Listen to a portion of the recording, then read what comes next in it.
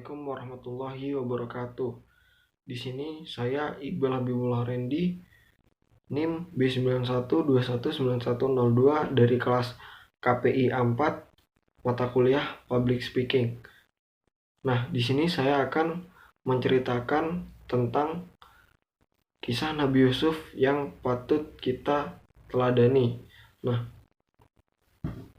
hikmah dari perjalanan kisah hidup Nabi Yusuf. Kisah Nabi Yusuf bisa memberikan hikmah bagi siapa saja. Bagaimana Nabi Yusuf menjalani kehidupannya, tidak sedikit orang-orang pun yang menjadikannya suri tauladan untuk menegakkan agama, bahkan di setiap harinya. Nah, begitu banyak pembelajaran penting serta berharga yang bisa kita ambil. Nah, yang pertama adalah Nabi Yusuf tidak sombong dengan ketampanannya. Semua orang setuju dan sudah mengetahui bahwa Nabi Yusuf memiliki wajah yang begitu tampan. Dibandingkan dengan nabi lainnya, hal ini menjadi salah satu hikmah dari Allah. Lantas karunia ini tidak membuat Nabi Yusuf merasa sombong dan untuk dipamerkan kepada orang lain supaya membuat mereka iri. Dan bahkan Nabi Muhammad pun akan selalu rendah hati dengan apa yang sudah dimilikinya.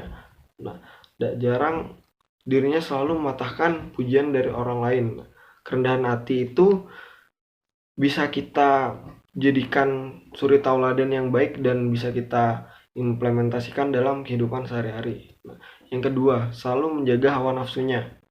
Berkat ketampanan yang dimiliki Nabi Yusuf alaihissalam membuat banyak wanita akhirnya tergila-gila dengannya. Zulaikha bahkan mencoba berbagai cara untuk menggoda Nabi Yusuf. Namun hal itu tidak membuatnya bisa tergoda dengan rayuan dari Zulaikha itu karena Nabi Yusuf mampu menjaga hawa nafsunya. Nah, Nabi Yusuf dikenal memiliki pengendalian diri yang bagus sehingga tidak mudah untuk terjerat dengan godaan syaitan. Lalu yang ketiga, tidak menyimpan dendam pada saudaranya. Sifat baik yang dimiliki oleh Nabi Yusuf adalah tidak pernah mengeluh dan memunculkan rasa iri hatinya. Kasih sayang dari Nabi Yakub memang diakui lebih kuat pada Nabi Yusuf sehingga membuat saudaranya dengki. Mereka pun memutuskan membuangnya ke dalam sumur. Nah, Nabi Yusuf pun tidak pernah menyimpan dendam pada saudaranya sekalipun saudaranya itu ingin membunuh Nabi Yusuf tersebut. Nah, tapi Nabi Yusuf malah memaafkan kesalahan saudaranya. Nah, lalu yang nomor 4 adalah senantiasa sabar dengan ujian hidupnya. Nabi Yusuf pun tidak luput dari berbagai cobaan ujian yang dilaluinya. Akibat rasa iri saudaranya hingga harus dibuang di sumur, Nabi Yusuf pun harus menjalani kehidupan yang keras. Nah, hidup misalnya itu hidup yang terpisah dari orang tuanya, menghadapi godaan wanita sampai difitnah masuk penjara dalam waktu yang lama. Cobaan yang begitu banyak datang ke Nabi Yusuf tersebut justru membuatnya tidak mudah untuk menyerah. Beliau terus menambah keimanannya yang selalu bertawakal kepada Allah, tidak putus untuk selalu meminta pertolongan dan petunjuk kepada Allah Subhanahu wa taala agar senantiasa diberikan kesabaran. Yang kelima adalah tidak sombong dengan kelebihan yang dimiliki. Nabi Yusuf itu mempunyai bisa menafsirkan mimpi, yang mana itu beliau melihat mimpi 11 bintang, bulan, dan matahari bersujud padanya. Nah, Nabi Yusuf yang mengetahui apa Nabi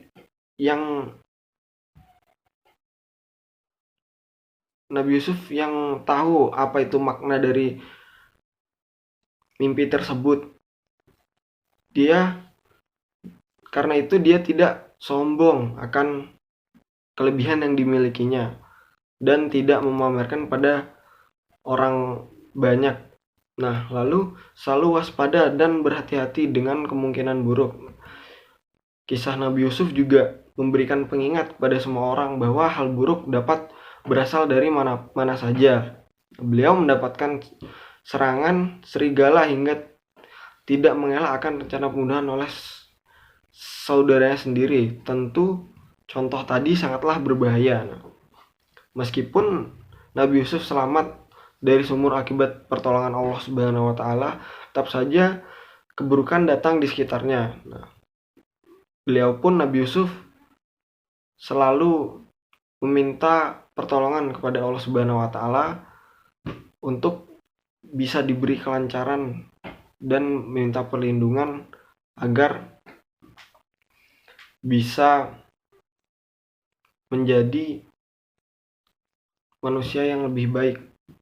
Dan itulah beberapa penjelasan dari saya, dan mungkin kita semua bisa tahu ya kalau misalnya Nabi Yusuf itu nabi yang bisa kita ambil suri tauladan dari kisah Nabi Yusuf tersebut, yang mana kisahnya itu sangat baik, seperti halnya rendah hati, tidak sombong atas ketampanannya, menjaga hawa nafsu, dan waspada terhadap kemungkinan buruk. Nah, sekian penjelasan dari saya.